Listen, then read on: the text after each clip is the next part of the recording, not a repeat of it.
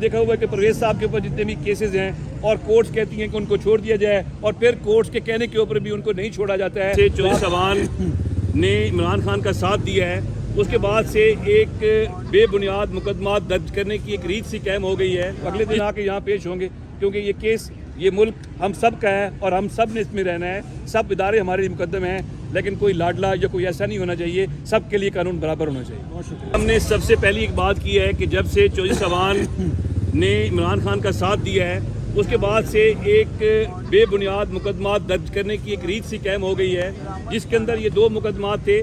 जिसके अंदर एक मुकदमे में चौधरी साहब, परवेज साहब और उनके बेटे मोनस को इन्वॉल्व किया गया कि उसने 4 साल की उम्र में एक कंपनी बनाई थी। अब मुझे ये समझ नहीं आती कि 4 साल की उम्र में कौन कंपनी बना सकता है। वो एक बोगस और बेबुनियाद केस था। लेकिन आज कोर्ट के अंदर एक बड़ी चीज़ सामने आई कि लास्ट डेट के अंदर कोर्ट में हमने एक एप्लीकेशन, कोर्ट ने पूछा कि कोई एप्लीकेशन आई है, तो प्रोसिक्यूशन से कोई एप्लीकेशन नहीं आई थी। आज हमने कोर्ट को ये कहा कि कॉन्स्टिट्यूशन ऑफ पाकिस्तान बताता है कि हर बंदे को फेयर ट्रायल देना चाहिए। अगर प्रोसिक्यूशन एप्लीकेशन कोई नहीं देती है तो उस एप्लीकेशन का ऑर्डर में जिक्र नहीं करना चाहिए। जज साहब ने वो एप्लीकेशन देखी और कहा कि इसके ऊपर मैं एक प्रॉपर ऑर्डर पास करूँगा। हम हमेशा से अदलिया का एहतराम करते हैं और अदलिया से इंसाफ की तवक्को रखते हैं, और इसमें भी हमारी यही थी कोर्ट से रिक्वेस्ट कि जो एप्लीकेशन आए वो कम से कम अक्यूज का राइट होता है, वो application constitution of Pakistan provide करता है। If there is a constitution in the country then you have to give us the application. उसके ऊपर जज साहब अपना ऑर्डर जो भी होगा पास करेंगे। उसमें जो नेक्स्ट डेट है वो कोर्ट ने 14 तारीख मुकर्रर कर दी है।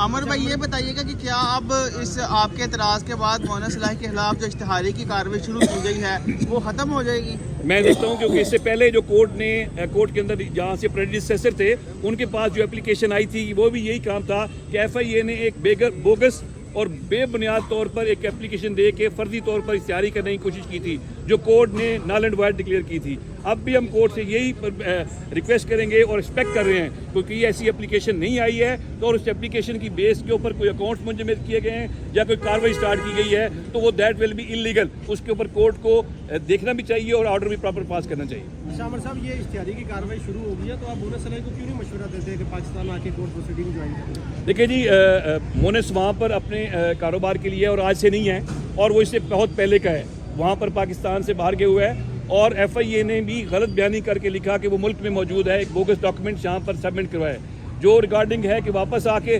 तो ये सियासी जो केसेस होते हैं, आपने देखा हुआ है कि परवेज साहब के ऊपर जितने भी केसेस हैं और कोर्ट्स कहती हैं कि उनको छोड़ दिया जाए और फिर कोर्ट्स के कहने के ऊपर भी उनको नहीं छोड़ा जाता है। तो आप क्या कहते हैं कि ऐसे हालात के अंदर क्या हमें कोर्ट्स प्रोटेक्ट करे? अगले दिन आके यहाँ पेश होंगे क्योंकि ये केस, ये मुल्क हम सब का है और हम सब ने इसमें रहना है। सब इदारे हमारे मुकदम हैं, लेकिन कोई लाडला या कोई ऐसा नहीं होना चाहिए। सब के लिए कानून बराबर होना चाहिए। बहुत शुक्रिया।